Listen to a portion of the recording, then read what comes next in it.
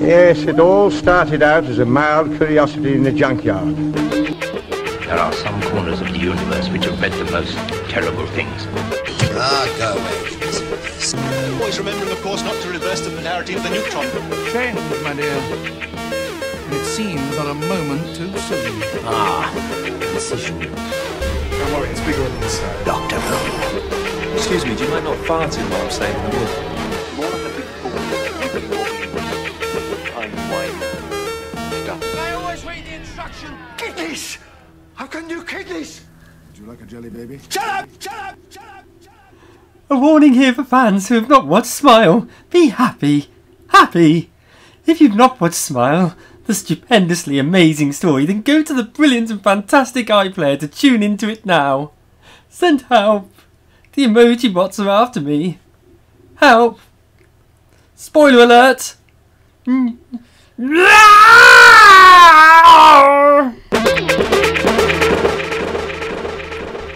That was a bit more of a dramatic intro than we usually do.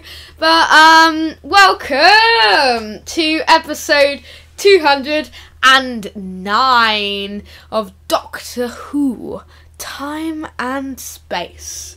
With me, Lewis Moon. I know, D Cool's gone missing, but anyway, this is Doctor Who, Time and Space. It's a podcast about me. It's a father and son podcast, and we discuss episodes. And now it's the peak of the time because, as you can gather, it's Series 10 now, and we're all excited. We've got reviews and previews and all sorts of things lined up. And where's D Cool? Where is he? Ugh, I don't know where he is. Anyway, this week, it's episode 209. And me, Dr. Cool. Okay, that was a bit late. And What do we have on the show this week? we have our review of the second episode of Series 10. Yes, I know, probably after that people have turned off by now. But hopefully not, because it's a good show. Yes, we're reviewing episode 2 of Series 10, Smile, with all of our thoughts on this episode. Yes. Yeah. What else do we have on? I have no idea. What else are we doing today? You carry on. I'll just sit here and drink my coffee. Okay. We have our preview to episode 3 of Series 10, Thin Ice. We have some news and views from the Whoniverse. Yes, and we will be discussing our top historical episodes. Fantastic. So, should we kick off a little bit then with our review of Smile? Yeah. So, Okay. are you going to give us a rough synopsis? Wait, do we do a bit or? No, we just carry on straight in. I think. Okay. Yes. Although it's always catchy that one. I don't know actually. Maybe we should. Maybe we should. Put one about here. After this short bit, we will be reviewing episode 2 of Series 10, Smile. Quite looking forward to this bit. Yeah. So then, last week, me and D Cool were here to discuss a momentous time, the return of Doctor Who, with the pilot, which I think we both were impressed by. I preferred it than D Cool, and it was very popular and brilliant. We've got 2 opinions on the episode, which we'll share after I've given the synopsis of the episode. And neither of them... Well, no, I won't tell you, but I'll tell you in a second. So, basically, the Doctor and Bill go off-world because the Doctor shows Bill to the TARDIS for her first trip, despite Nardol's cautions, because basically the Doctor's meant to not leave Earth because he has to protect the vault.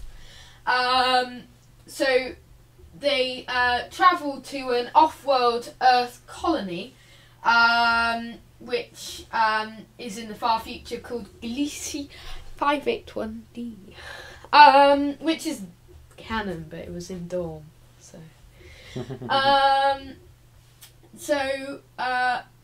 the colony is filled with thousands, millions of nanobots called Vardis, and they use an interface which use emojis to interact with people. The robots give the Doctor and Bill badges, which report their emotions, also through emoji, seemingly the only way to communicate with the Vardy. So the Doctor suspects that they have arrived before the colony ship, and he and remains curious as to the absence of any type of pre-colony crew preparing for their arrival. So the Doctor realises soon that the Vardy, if they sense that the Doctor or anyone isn't happy, they kill them and reduce them to skeletons.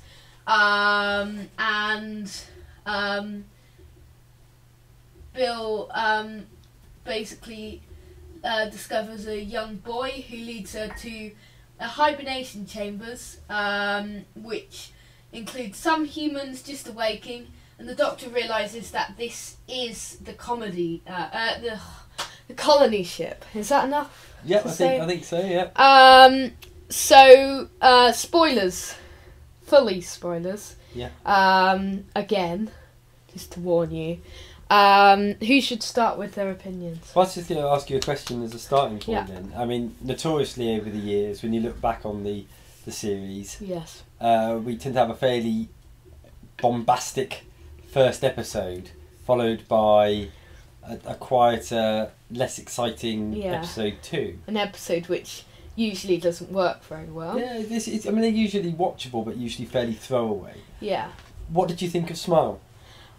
I thought Smile was very enjoyable. Mm-hmm. I thought not as good as last week. However, it did achieve a lot. I think the episode, mainly the strongest point of the episode was the Doctor and Bill's development as characters. Mm-hmm. I'll talk about them later on, but I'm really liking Bill at the moment from the first 2 episodes. She's a very good companion. Can I just butt in there? Yeah. Because I've been concerned about Bill since the programme when she first came in, probably about a year ago, I guess. Yeah, it was a year ago last Sunday. Was it? And I was really concerned about it. I found her very annoying in that clip.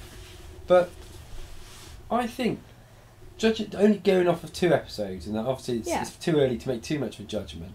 But I can see her becoming my favourite New Who companion. She's very likeable, very relatable. We'll talk fully about Bill in a few minutes. Yeah, but particularly in terms of the interplay between her and Peter Capaldi. Oh yeah, they're brilliant. They're brilliant. And I think although she's obviously only going to be in 1 series with Capaldi, and probably only 1 series in Who, we imagine. Yes. I think she might be remembered as the 12th Doctor's main companion. Yeah. Even though that Clara spent a longer amount of time. Yes. I've got a feeling. I really like her. Yeah, really like her a lot. We'll talk a bit more about the Doctor and Bill together in a minute. But I'd just like to carry on that I was saying that. That's the strongest point of the episode. It was very fun, very enjoyable, very family friendly. Sort of sets the tone once again to the sort of thing that we are going to see and what we want to see in Series 10. And it's the perfect script for family friendly things. I think Frank Cottrell Boyce pleasantly surprised me after that script that was In the Forest of the Night, which nobody really liked. I don't mind. I like it. It's all we right. reviewed that on episode 206, by the way, so you can look back on Podomatic on that.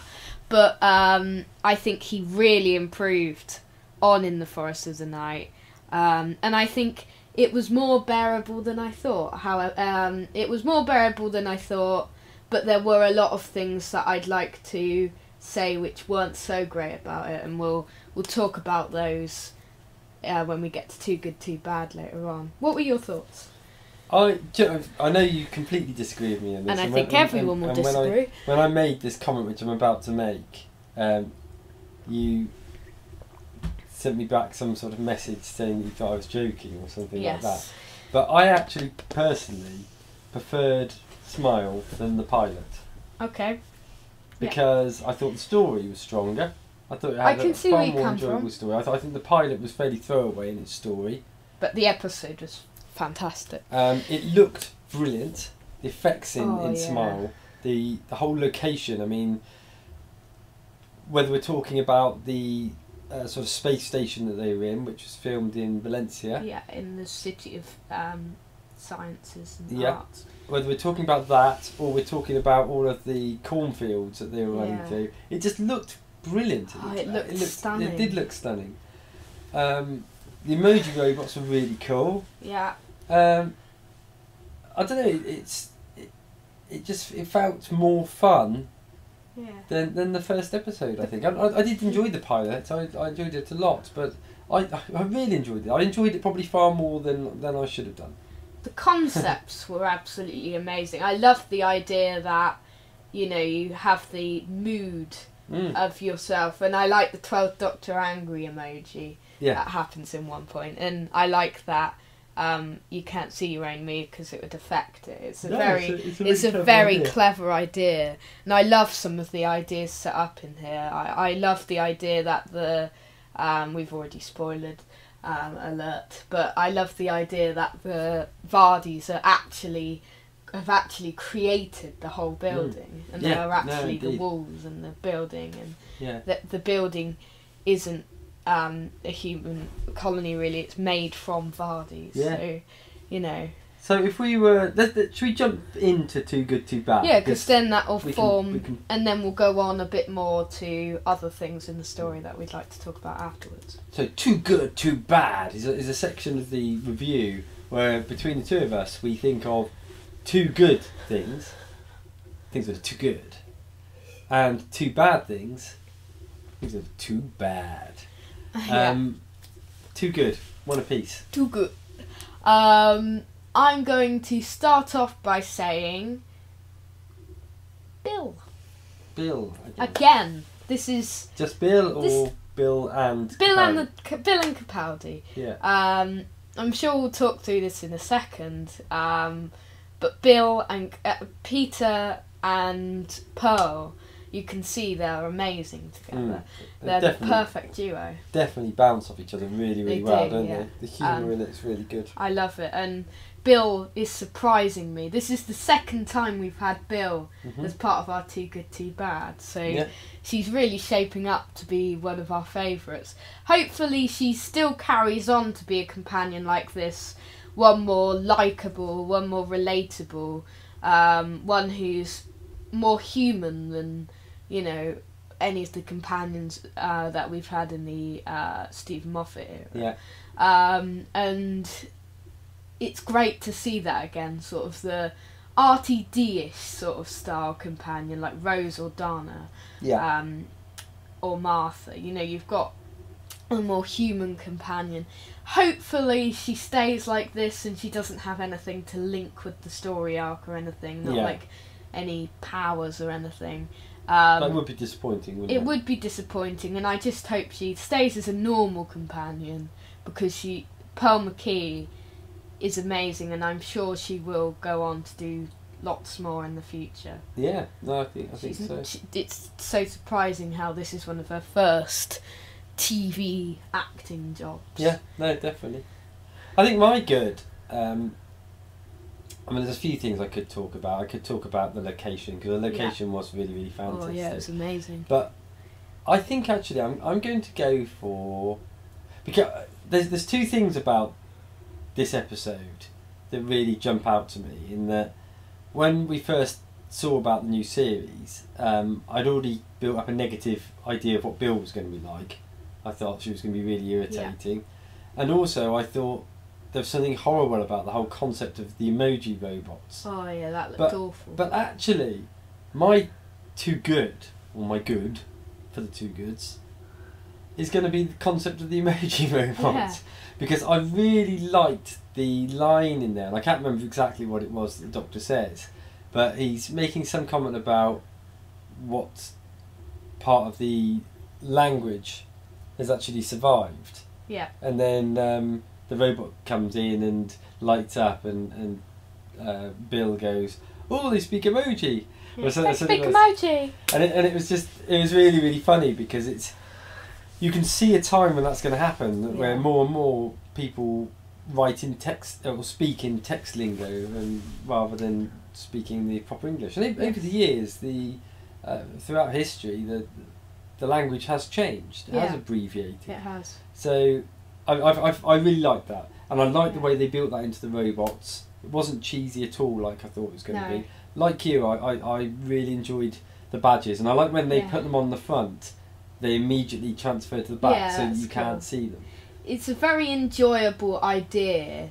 Much when I first heard, I remember I was reading off my tablet, and I was looking. I think I was with you, and it said early monster rumours, and it said emoji robots, a serpent under the Thames, and creep wood lice under the floorboards. And I thought, oh dear. Yeah, you do. You immediately think what's going to be in the next episode. Talking toilet brush. Yeah, or something like it that. just sounded awful. Yeah. And then when the episode came about, I actually really liked the concept of the emojis, and I like how that survived.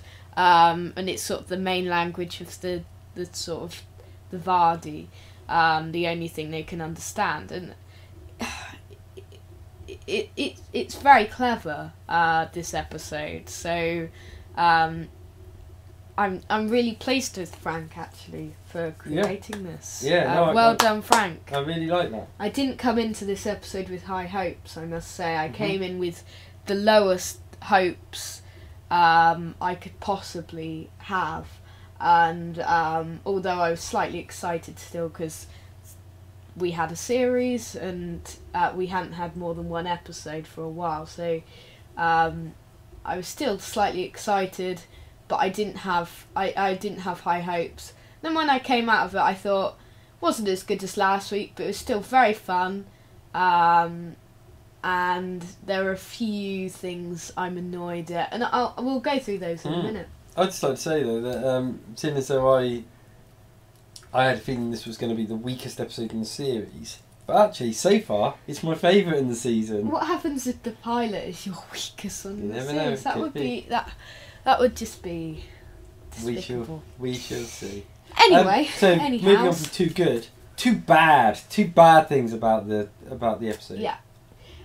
I'm gonna say the ending. Okay. Thought it was a bit silly. I thought it was a bit rushed. And I thought specifically what? What about the ending? Turning the robots off and on again. It's a common It's a common thing they do, and just having it just return to normal so quickly, it just quite annoyed me, and I felt like it wasn't the ending I wanted. And I think the pace was relatively slow, so I was quite annoyed, and I think most fans out there were annoyed by the ending. And I know it didn't bother you, but it bothered me a little bit, and I just think that it's one of the few weak things that happened in this episode, and it's possibly the weakest scene for me. See, the funny thing about that is, I can see entirely where you're coming from on it. Yeah. But I sort of quite like the ending in a way. I mean, it does completely remove the threat. It does. So it builds up this big threat of these robots. Yeah. All the way through. And I hate that. But then it's awful. It's really, really simple. So it is a bit of a cop out. But there was something quite funny about the fact that you just had to reset them, turn them off and turn them on again. It is good because that's what that happens you all do. the time, apart from with your PC. Yeah, I know. Anyway. But yeah, it is generally what you do with things when they break. You turn it off, turn it back on again, and it works fine. You know, I've had it before where I work, where you have a problem with your computer. You phone up the IT help desk, and they say, "Have you tried turning it off and on again?" Yeah, that's like IT crowd. Yeah. When Moss goes, "Have you tried turning it off and on again?" Or is it Roy? It's Roy, isn't it? So that made me laugh. I liked it. I didn't find it too weak, so I wouldn't put that as a bad. Okay. What's your bad then? I think I know what it's going to be. I think this is going to sound really harsh, Yeah, But- I'm gonna redefine this as well. If I know what's coming here, I think I'm gonna say something as well to add on to this. I thought that because Peter Capaldi and Pearl's acting was so good, when the supporting cast came in and we got to see Ralph Little, Yeah. I thought he just seemed really cardboardy in comparison. The supportive cast, I'm afraid, were awful. I'm sorry, Ralph, and it wasn't your fault. It wasn't Mina Anwar's fault, but I think they were so underused. But do you see, I'm not sure it's underused really. I just felt, because I actually liked the way that most of the episode was based around the Doctor and Bill, so I didn't have a problem with them being only in it a bit. But I just felt when he came in it, I think it's just when you stand next to somebody that's really great, you're going to always see him a bit inferior, and I think that's what it was. I think we've had such a build-up to Ralph Little's appearance. It's not like he's a major celebrity, but we'd had such a build-up since about July last year that he was going to be in the episode with the emoji bots. Then when he turned up, it felt like, he was forced into it and he didn't really need to be there. Yeah. So I thought that there was too much hype for a character who was minor in the episode, and as well Mina Anwar, who was in Sarah Jane Adventures, and all of the other guest cast. They were just in it so little that you didn't really care if they died. You didn't. Yeah. It's a bit like the problem with Sleep No More. Yeah. So guest cast wise, that is, but it's not necessarily the actor's fault. Shall I tell you one of the other things I really loved about the episode? Yeah.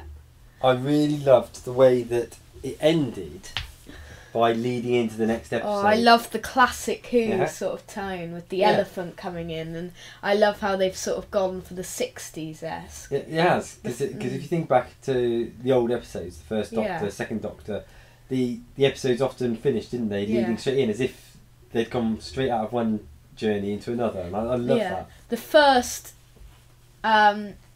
because they did say it was a reboot, so it's kind of like exactly the same as the original, just added to new. But I think that the first thing I pointed out after Smile, because I always point out the most strange things after the episode's aired, I never point out something about the episode. Yeah. But always just after it's ended, I said that felt very like William Hartnell era. Yeah, I was thinking that when I watched it as well. Yeah. Yeah, so I think that was another thing to really hold out about it. I really liked the concept of the robots. Me too. I liked the fact that they were just the interface, the emoji robots. And that's what we were watching. I can't remember what it was we were watching now or listening to. Was it Heradics? Yeah, I think you're right. And they made the point that they never call them the emoji robots. Yeah, no. That was just something that the fans made up. No, it wasn't. It was the BBC made it up because it was a catchy sort of title. Yeah, but they didn't really have that tag, do they? The Doctor wasn't calling them the emoji robots, needs to spill. So I liked the fact that the robots were actually the little speckly things. That was good. I liked what was the other thing that's popped into my head just a minute ago? Go on, may come back in a minute. Lawrence Goff's directing, he was good as well. He directed the pilot. Hope he comes back because he's done some really good directing in the first couple of episodes. Yeah. What other things did you like about it? I must say as well, I did like the scenery and setting. I did like the cornfields and the look of the city. I really liked that. There's some really enjoyable scenes. I didn't find Nardole annoying either. He was okay. No, he was only fine. a very little bit, and I think it was quite good because he set the scene of telling the Doctor off basically for leaving whatever it is in the vault that he's meant to be guarding. I didn't find him annoying. I haven't found him annoying since Husbands of River Song. I just found him like there needs to be a point for him properly, and I think we we need to know the truth behind him, and we need to know a bit more about him. So I'm looking forward to later on in the series when we find out a bit more about Nardo, because I don't think he's all that he seems. No, that's right. He does need to have a point, because at the moment Yeah. he just feels like a bit of an unnecessary comedy character. He does, yeah. Tagged in. But Definitely those episodes where he's going to be in it a lot, like Oxygen and stuff. Yeah. But I did like him. I thought it was a very small cameo appearance, but I much preferred it than what we'd seen in the pilot. Yeah, Because I found him... He may have come up with a few funny lines in the pilot, but I found him a bit irritating. I didn't mind him in the pilot at all. I really liked him in the pilot. And Return of Dr. Mysterio was when he was at his best, but I think he's going to appear in Thin Ice and Knock Knock as appearances like we had in Smile. Yeah. So that's good. Yeah, no, indeed. I still don't remember what I was going to say. I had a really great thought. I'm sure it was something related to Bill. Yes, it was. I like the way that when Bill is talking, she does things that ordinarily I would find annoying, but it works quite well in the context of the programme. So there's a time when they come out onto this planet, they walk out and it's really beautiful looking, and the first thing she immediately does is take a selfie of herself. I know. And I really like that, because that's what people are like now. Yeah, that's what they do. So in terms of making her feel like a current companion, Yeah. they did that really well, I I think. bet you, though, you would have hated it if Donna did it. Probably. Because Donna would have said something as well, really annoying. So, as you can guess, Deacle is not the leader of the Donna fan club. Anyway, I was going to say something else. Let's conclude our review before we go into conclusions. Let's talk quickly about the Vault, this year's story arc, as you can gather, which is an unexpected story arc. It's always the story arc that we don't expect to have. Yep. But what are your further thoughts on this? Thinking about it having a little while to the side. I'm not sure what it is. I think it's obviously something Time Lord. I came up with a really good theory the other day, didn't I? I said to you that I think that actually the keys of time are in there, and something related to those is what's going to shatter time and cause all the issues with the Mondasian Cybermen. And the First Doctor Maybe. and John Sim. Yeah. I think Bill will die or something at a time she's not meant to. Yeah. That's my theory. Yeah. We shall see. So yeah, it's good. It's always nice to have a bit of an arc. I like a bit of an arc, but it needs to, as a whole, I think it needs to focus on two things, which is the enjoyable plot and the Doctor and Bill. Yeah. So those are what Series 10 should be focusing on, bar obviously the finale, because that's just meant to be, explosive. That's right. What we definitely don't want is any stupid hybrid type. No, hopefully things. the Vault won't turn out like that. Yes. Oh no, there's a part of a clock inside of the Vault, which doesn't do anything. Yeah. Okay. Any other thoughts on Smile? No. Do you want to wrap it up? Yeah, I think it was a really enjoyable episode 2. Yeah. I think it was one where there were elements of it. It probably took a while to get going. It was a little bit slow to start, but once it started, it worked at a really great pace. I think it would be an episode that a lot of families would have enjoyed sitting down and watching. It was classic sci-fi, to be fair. It was, yeah. Really classic sci-fi. People said it felt very like Black Mirror. What's that? I don't know. Okay. I just wanted to point it out. Okay. It's a TV series. Oh, I know I've heard of it. But I've heard of it, but I can't think what it is. Emoji Robots, surprisingly really, really good. Fantastic concept. Enjoyable story all the way through.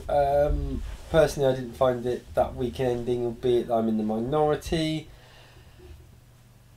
Real highlights were the Doctor and Bill's relationship, but also visually it was a stunning episode. Nardo quite good, etc, etc. Downside, I've forgotten what I said the weak point was now. Yeah, that's right, Ralph and the others, and it's a bit harsh that, but they did feel a little bit weak. All in all, yeah, I really liked it. My favourite one of the two. Yeah. Would you like to give some scores? Or are you going to give a summary first of all? We don't have to give the monster and stuff scores, do we? Do we not? Did we last week? Yeah, we did. I think. Oh, Up to you.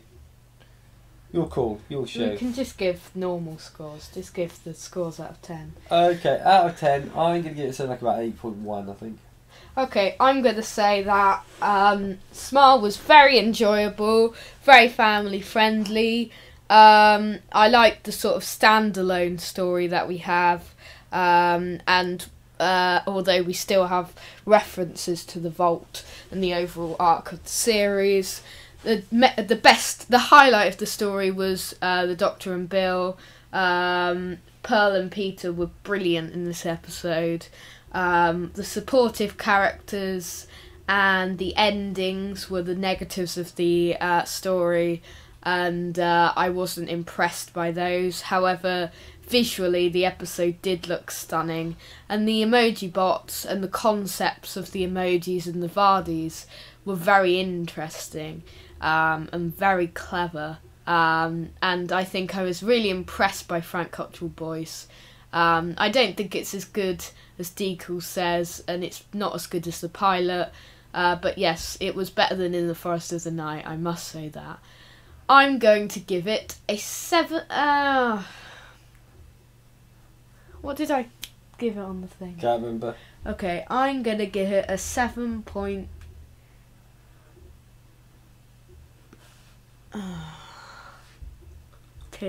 7.2, okay. Yeah. So I enjoyed it a lot more than you, I think. You did, yeah. Okay. I still enjoyed it. Let's wrap that episode up then. Yeah, we're Twitter gonna put polls. on.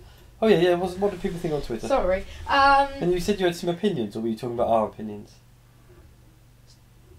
When did I say I had some opinions? Yeah, you said you had 2 opinions. Were you talking about us, or were you talking about people on Twitter? That was us, I think. Oh, okay. That's right. Anyway, You've had them then. Sorry, folks. You're only getting those. Yeah. 5% terrible, 33% alright, 38% good, and 24% fantastic. Excellent. So the majority went for good, which is what I go for. Okay, that sounds good. Very good. Yeah. Thank you for your thoughts there. Should we wrap that up and go on to the news? Yep, let's do that. Yeah, let's hit in with some news. Over to yous with the news. I love that. You just came up with that in the little toilet break. Anyway. I should say, over to lose, or use with the news. Yes. No, that's not as good. Let's go back to the first one. No, it doesn't make sense. What do we have in the news? So, obviously, Smile, we've been talking about it over the last half an hour, and we have some ratings stats for Smile and some updated figures for the pilot. Okay. For starters, Smile overnight achieved 4.24 million viewers. Okay. Which is very good compared to last year's score of 3.7 million. Particularly when you think that was a Dalek episode as well. Yeah, I know. And Davros. Yeah. Down on last week's 4.64 million, but you expect that because it's not the first episode.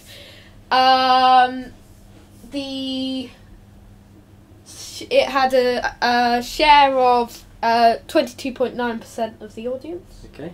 Very good again.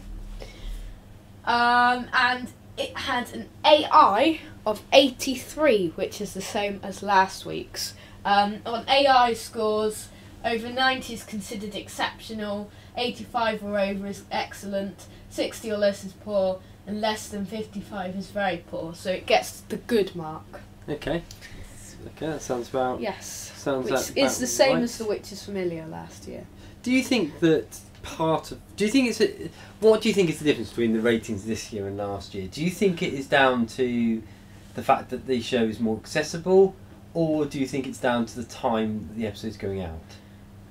Both, probably. I think, to start with, the publicity's been very good this series. Yes. They've been showing trailers for every episode. Yeah. And they did a lot of publicity. They did that thing at South Bank before the pilot. Yes, it's on at slightly earlier times, and it's on every week at the same time, so that means people won't be like, if it's on earlier, they won't miss it, and they'll just think, oh, it's on the same time next week, that's fine, we'll go on there.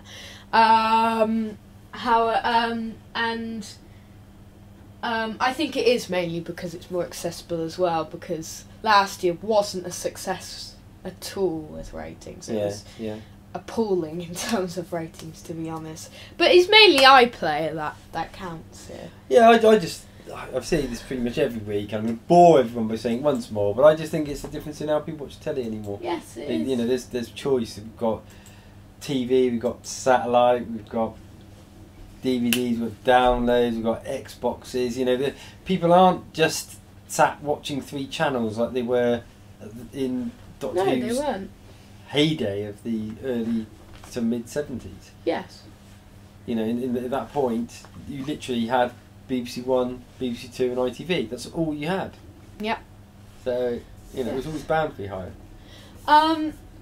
In terms of the pilot, we reported last week on some more viewing figures. We reported on first stats of 4.64 million and 83 as the overnight and AIs. Today we have the consolidated TV rating, which includes those who recorded and watched it within a week, making them a more accurate measure of how many were watching.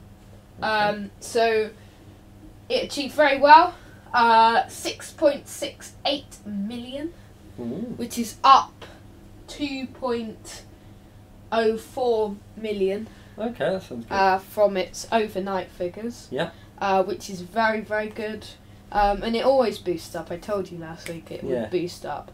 It will boost up even further when we get to L+7, although that's slightly less boost, but it still boosts up quite a lot. So very good, I think, in terms of ratings for that compared to last year. Yeah.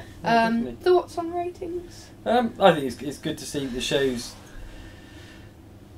A lot. It seems to be back in terms of popularity. I think it's just.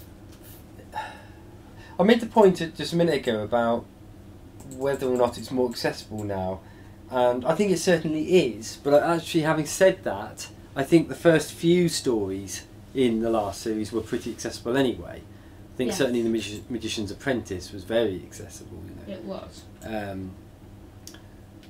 The Witch's Familiar slightly more talky, but still had a lot of great stuff going on with Davros and the Daleks. So I wouldn't think it's comparable in that respect. I think it was probably the latter episodes, you know, where it was quite slow and talky in the last series. So, but I do think it's probably going to be able to sort of link back to the kids, bring a lot of the kids back. And I think also there's another advantage of having a character like Bill, because I think probably the kids can associate themselves with Bill far more than they could with the Space Age Clara. And I don't mean to dig too much at Clara, because she was a really good character. But Jenna Coleman was brilliant. She was brilliant, but I think probably Bill is what surprised me. Bill is what's needed, I think. Yes, it is. Well, no, we knew that from the start. We just didn't know she'd be good. I don't think anyone did. And that wasn't Pearl's fault there. So, moving on then. It's always good to get stats, although they get boring a bit after a while. Especially when we get a lot after the series. But we've got synopsises recently for the next part of the series, and we have the story synopsis now for Oxygen, the 5th episode of Series 10, which has been released by the BBC. Okay, here it is then. The Dr. Bill and Nardole answered a distress call in deep space and find themselves trapped on board space station Chasm Forge. All but 4 of the crew have been murdered, and the dead are still waking. In a future where oxygen is sold by the breath, and spacesuits are valued more highly than their occupants, the TARDIS crew battle for survival against the darkest evil of all. What do you think of this synopsis? It doesn't really say too much, does it, It really? doesn't, no. But I don't suppose anything to do it, so it's alright. Yeah. I'm sure it's going to be exciting. Yeah, it's Jamie Matheson. Yeah.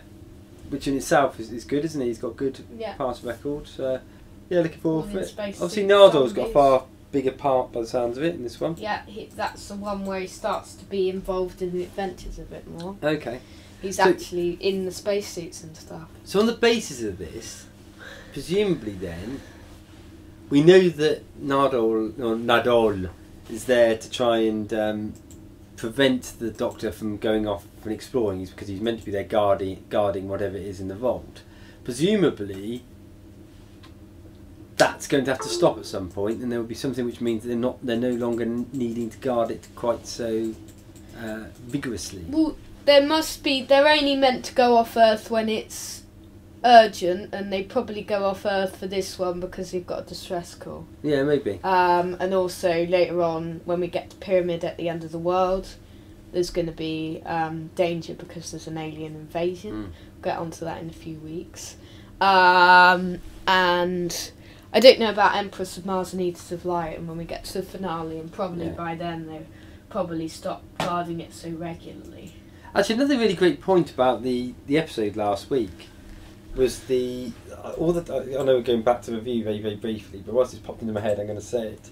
I loved all that dialogue about what it says in the police box. Yes. Call for assistance, and Bill sort of comparing the Doctor to sort of like a space-age policeman, because he is always there coming to the rescue. He is. And there was a great bit in the clip that they showed for Thin Ice, where they made a reference to the TARDIS having a mind of its own, and leading them to places where they needed to go. And that sort of, in many ways, provided the answer for the criticism that I gave last week or the week before about the fact that wherever the Doctor goes, there's always trouble, which in itself, whilst it's great for a TV show, is a little bit unbelievable. But when you put it in that context, that they're effectively being drawn to the trouble all the time, it's quite a good thing. Yeah, I love that. Yeah. Yeah. Should I move on then? Yep, move on, yep. Last week we talked about David Bradley. Yep. Series 10. The rumours that he'd be returning as the first Doctor. Please make it happen. Yeah, please. We loved the idea of it. Especially Deacle, he was amazed by it. Oh, and I love was it. thinking, I really want the first Doctor back too. Yeah. We've got today David Bradley. It could be actually true because there was a video released as the Birmingham Mail spoke to Bradley on the red carpet at the Pride of Birmingham Awards and asked him about the rumour. And in the video, he says it in a tone which sounds like he is involved and he knows something. Okay. But he says, "Well, who knows? You didn't hear it from me." As expected, the cryptic response tells us very little, but he hasn't outright said no. So could he be planning a return? Ooh. Only time will tell. Yeah. It did sound in the video like it sounded like he knew something. So they've not filmed anything yet, have they, on this? No, the Christmas special films in June and July, I think. Okay. So we were saying yesterday they booked up Eddie Steiner from Hellbent. Okay, yeah. Where Clara was, her TARDIS. So get your Clara predictions in now. I think she could be making a cameo like Amy did in The Time of the Doctor. Yeah, that wouldn't surprise me either. Definitely not. Yeah. Mr. Man. I've been looking forward for this bit of news for a long time. I know. The Mr. Men, the Doctor Who meets Roger Hargrave's books have now been released. Hooray. And those books are Doctor 12th, Doctor 11th, Doctor 1st and Doctor 4th. We've got a few things surrounding this. Obviously the books were released on Thursday. Yeah. The fan show did a special interview where they had a special exclusive clip narrated with a Crystal D Mr. Man. which is really good actually. I really Yes. enjoyed that episode. But also it was good to hear from Roger Hargreaves' son as well, Yeah, who now Adam Hargreaves. does the books. Yeah, and he had a very interesting discussion about the new books, as well as drawing a TARDIS, so you can see that on the Doctor Who official BBC YouTube account now. Also, we haven't watched it yet, but they've got a narrated version of Doctor 12th, which is by Michelle Gomez, who plays Missy in the series. I wonder if they're going to do these for all of them. I don't think they will. I think it's probably just one that they've done for these Okay. ones. I've got to say actually, just very briefly, interrupting you as always, but the 12th Doctor looks brilliant in He Mr. does, Mental. yeah. Probably my favourite of the Mr. Men. Yeah, it does look really good.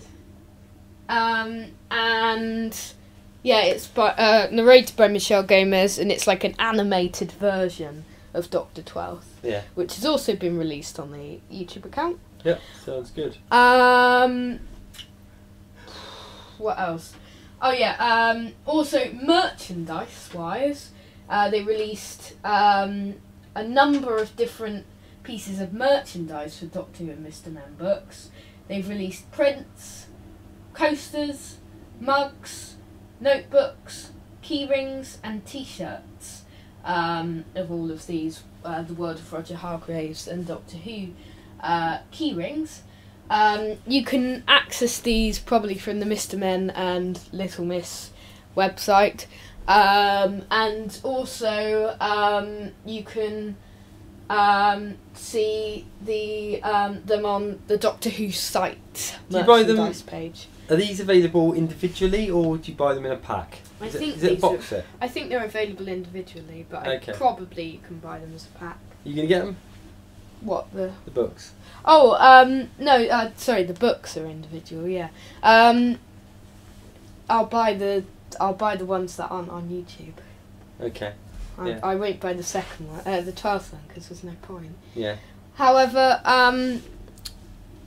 yeah, no, they do look really cool. We had some new details on the next couple. Yeah, which are equally as exciting. They look amazing. Doctor 2nd, Doctor 7th, Doctor 8th, and Doctor 9th.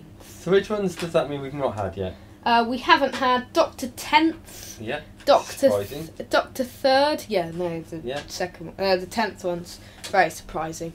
Yeah, Doctor 10th, Doctor 3rd, Doctor 5th, and Yeah. Doctor 6th. And then if they're going to do a War Poor Doctor, Colin. which they probably won't. No, I'd imagine actually if you think about that, 3 sets of books of 4 Yeah.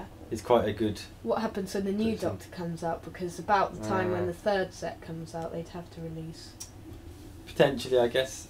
I Yeah. don't know. We shall see. They also had a big day if you went on the Doctor Who experience for this family-friendly sort of day. Yeah. They had all sorts of things going on with this, the Hargreaves books. So I I'd recommend you buy them. I think what's really funny about this is that when you were growing up, Yeah.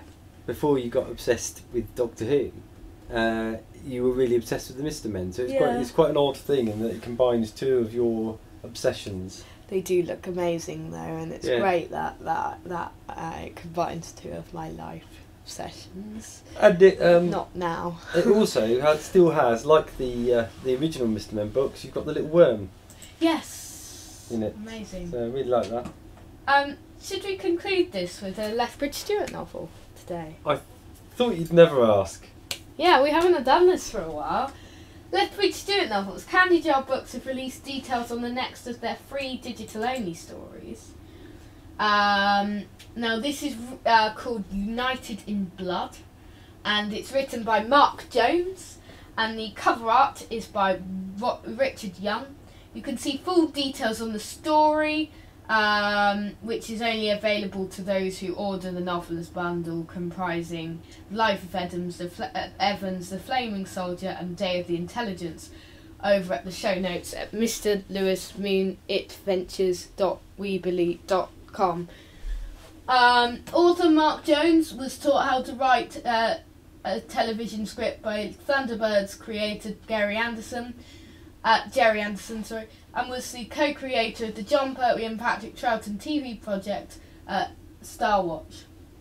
Other credits include writing for the Guinness Encyclopedia of Popular Music and penning the best-selling book about the film and TV location, Albury, filming location for The Dirty Dozen, The Avengers, Bridget Jones, and The Midsummer Murders, amongst others. The ebook is only available for those who order the Novelist bundle, and the bundles are available from candyjarbooks.co.uk. Candy Jar is also pleased to announce that the Havoc Files 2 and 3 have just been made available on Kindle for £4.99. So that collects various ones of these books. So better value there. Brilliant. I think that's all for news, bar the publicity for Thin Ice, which took up a hell of a lot of the news this week, as expected. But we'll talk through some of that. Well, should we move on to that then? No. Should we have a preview for Thin Ice? Yeah. So, tonight, or what's already happened for some of you viewers, is another episode of Doctor Who, which we will be reviewing on next week's show, and that is Thin Ice, which is the third episode of Series 10. So we're going to be talking through some of the sort of promo pics, some of the hints and teasers, some of the clips, trailers and intros, briefly, for about 10 minutes. First of all, a synopsis. So in Regency era, beneath the frozen Thames, something is stirring. The Doctor and Bill arrive at the last of the Great Frost Fairs and find themselves investigating a string of impossible disappearances. People have been vanishing on the ice. Bill is about to discover that the past is more like her world than she expected, and that not all monsters come from outer space. Of course not all monsters come from outer space. Some of them come from... all of them come from planets. Anyway, that's on from 7:20 tonight.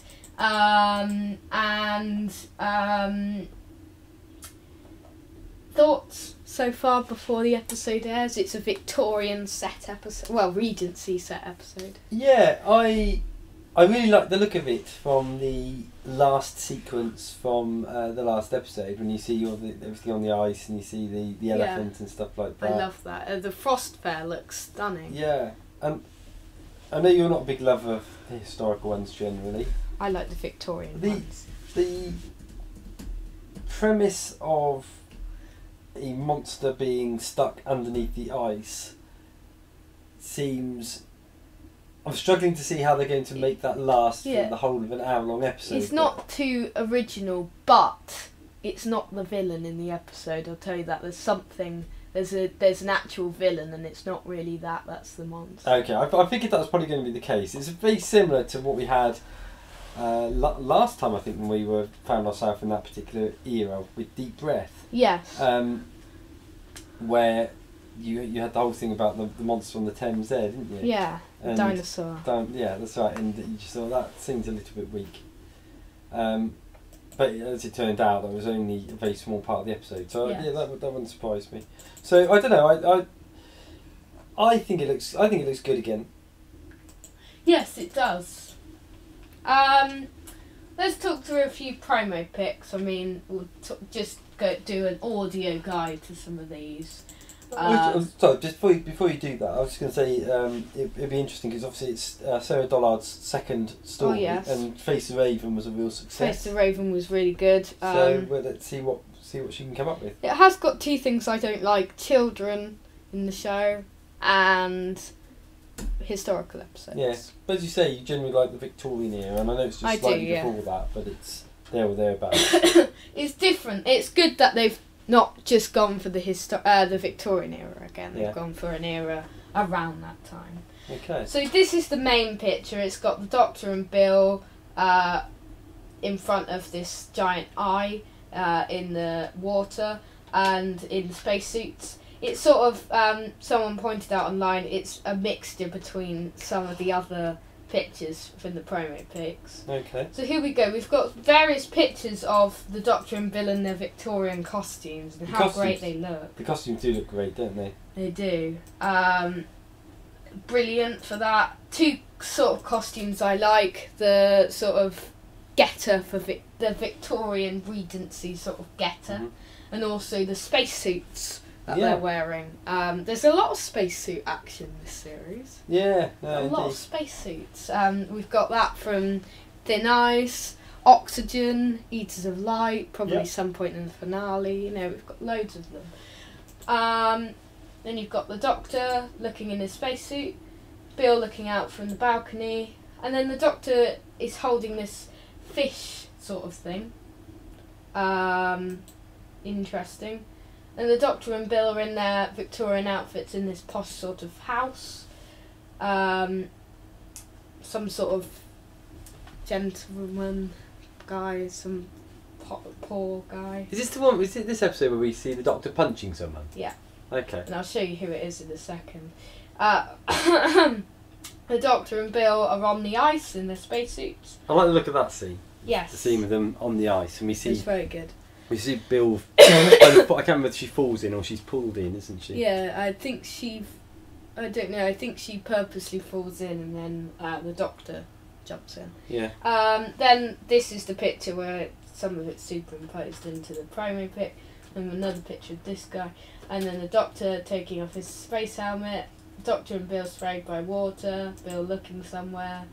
Child who has the sonic screwdriver. A child with a sonic screwdriver. Wow. Oh dear. That's the guy the Doctor punches. Him. Which I'm sure will be very good for the listeners. Burns. That guy. Played by Nicholas Burns in his blue Right. sort of outfit. Yeah. And people running past him. And then another picture of the Doctor with his fish. And various character pics which you don't need to go Okay. into those. Do you? We started building up a little spreadsheet, haven't we, of our ratings of each of the episodes in the series to have a look at the peaks and troughs for the series.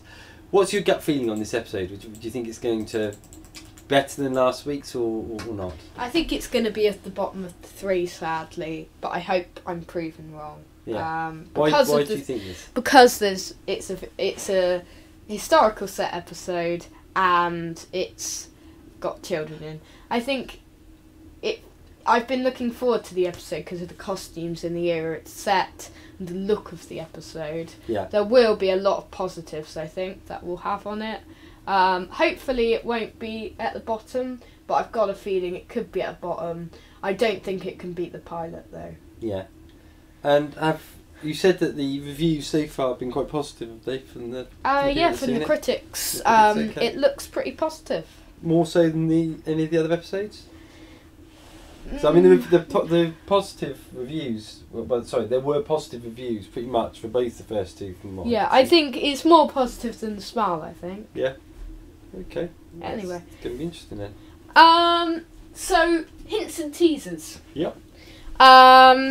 So 1, Thin Ice begins exactly where Smile ends and ends where Smile begins. Okay. Again, one of last week's most memorable lines gets referenced. She's a bad girl, this one, always looking for trouble. Those are not quite the directions given in The Unquiet Dead. Rose, Adam, Jack, Mickey, Martha, Donna, Amy, Rory, Clara, Nardole, Bill, Pete. So was Jesus. Bill refers to the Doctor Sonic as exactly what it is. I'm 2,000 years old and I've never had the time for the luxury of something. Those came out of his hat.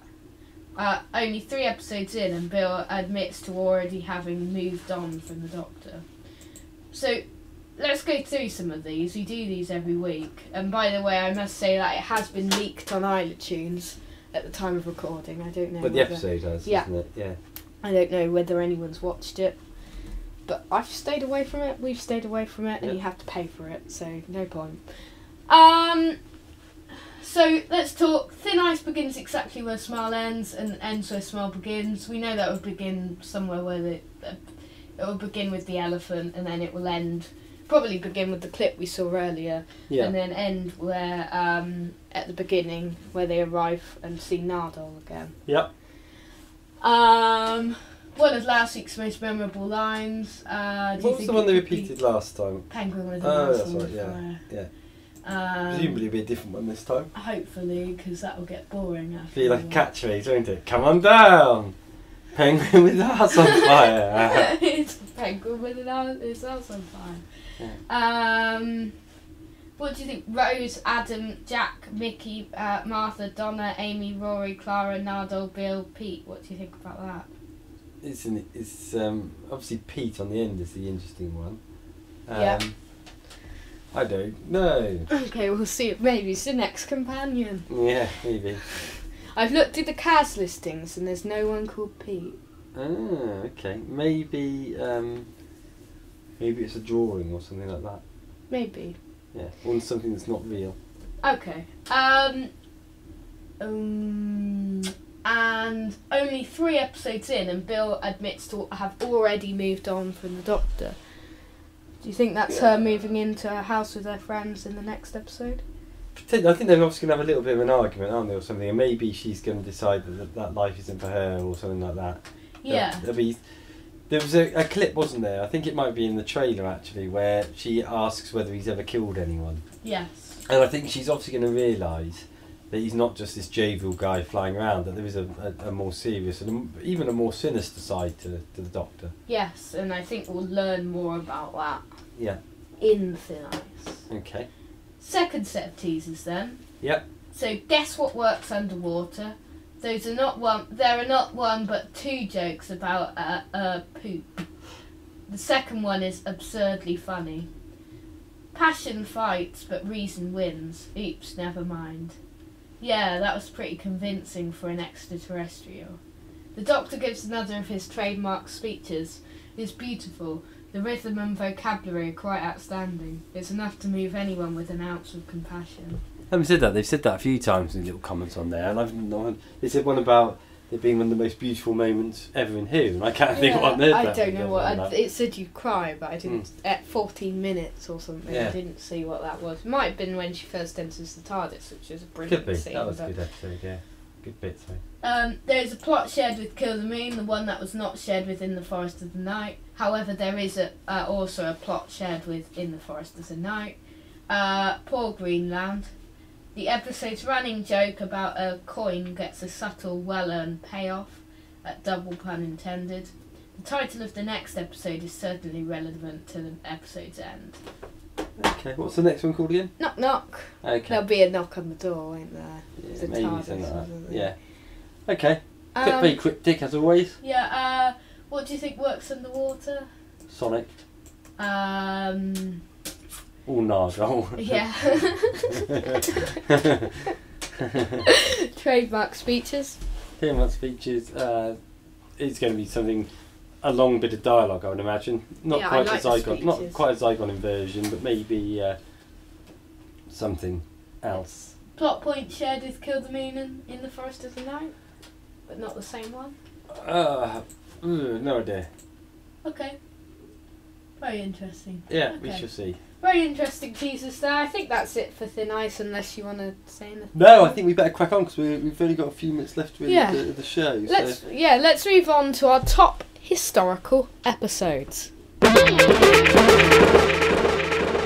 Sticking on the same subject as Thin Ice, I thought that because we do themed discussions every week at the end of the show about the episode that's going to be on this week, I decided that we'd talk a bit about historical episodes. I suppose mainly Victorian episodes, but also some of the other historical episodes. And I mean, there is also another historical this series, which is Eaters of Light. But I've already got another topic for that. I've got topics planned for, I think, every episode, bar Pyramid at the End of the World and Lie of the Land. Okay. But we've got our top historical episodes. Do you want to begin with one? Yeah, I was thinking about actually doing this in the style of Too Good, Too Bad. Okay, yeah, let's do this. 2 good historical ones each. 2 bad historical ones. Yeah, this is a good idea. Let's do it like this from now on. Okay, so 2 good. I'm going to start off with a Victorian one. Yeah. Talons of Wang Chang. Yeah, brilliant. Probably the best historical episode that there is. Yes. And I think also I'm going to do 2 good, 2 bad. one from classic and one from new. Okay. So that's my Wait, first one. I know what. Are you going to go for your first good from classic? Yeah, I know what we're going to go for in New Who. Okay. I think I'd also say Talons of Wen-Chiang. Yeah. Can I go for the next one first, Yeah, please? come on then. Vincent and the Doctor. Yeah, I was going to say that. Yeah. Because I think we both share these. I do. I think, but on the basis that you said that, I think another really good historical one is Deep Breath. Yeah, very good. So I'll tell you what I think with historical ones at this point. I think they work at their best when they aren't linked significantly, generally, to a historical character. Yeah, I don't more like those. Based in the setting. So I mean, Vincent the Doctor, it works really, really well. Yeah, and definitely the ending. Yeah, but ordinarily, you know, I guess it's understandable. If you were a time traveller, you would try and meet a lot of famous people, wouldn't you, from the past? But, yeah. But I don't like the whole concept that all these people, whether we're talking about Winston Churchill, Queen Victoria, Will Shakespeare, Queen Elizabeth, you name it, all of these big, virtually everybody that's famous throughout history has met an alien. Yes. I don't like that concept. I'd also, another one I love actually from Classic Who is the Aztecs. I'm going to put that in there too. I've not seen it. So. The Aztecs is, I'm not a big fan overall as the 60s historical episodes. However, the Aztecs is an exception because it's brilliant. Barbara is exceptional in it. Okay. Barbara's very, very good in it. And the episodes, you know, it's got lots going wrong and there's lots of things going on at the same time. There's stuff going on for all of the four main characters. So it's a very, very good plot. It's got a good villain to it as well. So and it's basically Barbara pretends to be a god and she tries to change time. But the Doctor tries to convince her not to, but obviously she doesn't listen. So sort of the consequences of that, and I really like it. It's very good. Okay. Well, on that basis, then let's go for. I'll tell you another good one that I'm going to mention just briefly. Yeah. The one with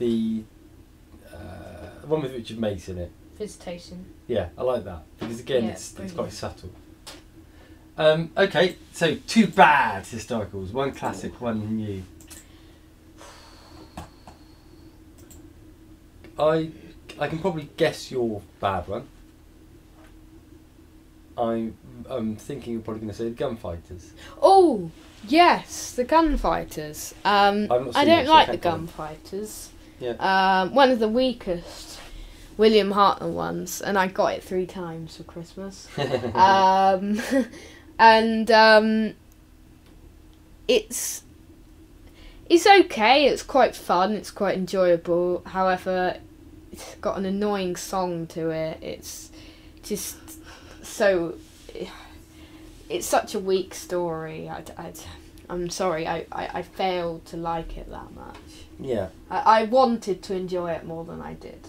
I'm struggling to think of a bad one because I'm sure there must be some, but I don't really know many of the first Doctor ones, and that's predominantly where they're based, aren't they? The historical ones. The Romans is quite weak. It's very fun and very enjoyable, but as a whole, it's not like a strong story. It's quite weak in premise, and it does base around Emperor Nero.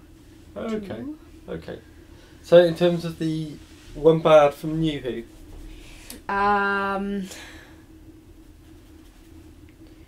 Thinking your way through it. Victory of the Daleks. Okay, I've not seen Victory of the Daleks. Does it count? It counts, doesn't it? Yeah, that would count. Even though it's partly set in like a spacecraft. Yeah. It's one of the weakest, if not the weakest, Dalek episode. It's so weak. It's so annoying. Nobody likes the paradigm Daleks really, and I just failed to enjoy it. I'm sorry, Mark, but it's Mark Gatiss' weakest script and the weakest episode of Series 5 by far. Okay, I mean, I think actually Mark Gatiss probably gets it as well from me with Robot Sherwood. I would have gone for Robot Sherwood until I thought of Victory. Which I think, I like some of the ideas about Robot Sherwood, but do you know, I think in many respects the weak link in Robot Sherwood, surprisingly, may actually be Peter Capaldi's Doctor. Yeah, it's because the episodes in Series 8, some of them were written for Matt Smith. It doesn't feel like a Capaldi episode, does it? It feels like very Matt Smith or David Tennant. Yeah. Yeah, indeed. So I think I'm going to go for that. What do you think is the difference between a good or a bad episode? I like the ones. I like the Victorian ones. It depends what era it is. It depends, most of the time, as we said, it's better when it just focuses on being in the time and the things that go on in that time, rather than having people who were there at that time, because usually it doesn't work and there are lots of plot holes to go with it. Yeah. Any thoughts? No, I mean that's certainly my main thought. Is I like the ones that are based in a time. Like tonight's. Yes, indeed. I think that I'm getting the feeling it's going to be nearer one of the good ones rather than a bad one. Yeah, hopefully it will fit into. If we do this again for Series 11, hopefully Thin Ice will fit in there somewhere. Hopefully not in the bad section though. Okay. Does that wrap up the show for tonight? It does, yes. So what do we have on next week's show? So by the way, guys, it's Thin Ice is on at 7:20 on Saturday the 29th.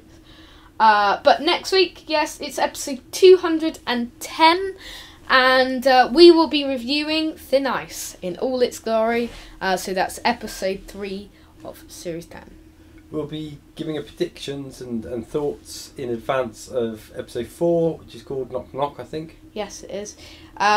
We've got our look at our top scary episodes. Should we do scary? Yeah, no, that horror, sounds fine. Scary, sort of and spooky.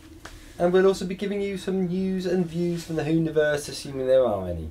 Yes. I'm sure there will be. Yeah, there will be. Ratings there'll be stats. There'll be previews for the next episode. And probably a Lethbridge Stewart novel or two. Probably. How can people contact us? So they can contact us at drwho time as in n space on Twitter, where you can talk to us about Smile, Thin Ice, the news, or anything you want to know about the episode. If you want to ask us questions, we'll happily answer them. If you want to know where to find stuff or our website or something, contact us. And our website is at mrlewismoonadventures.weebly.com. Okay, tune into our podcast. You can listen to it on Podomatic, at Doctor Who Time and Space, which is also at iTunes, YouTube at Mr. Lewis Moon, and the Doctor Who Podcast Alliance. Thank you for everyone who's been listening, because we have had some record numbers in terms of viewers over the last few weeks. So great. Thank you for everyone who listens. We are so pleased. We'll be back next week where we will talk about all these things we talked about earlier. Yes, we will. I won't do the same mistake as I did last week here. Yeah. We will see you next time, same space. Tatty bye. Oh wait, the emoji bot's back. Anyway, let's not do that. Bye.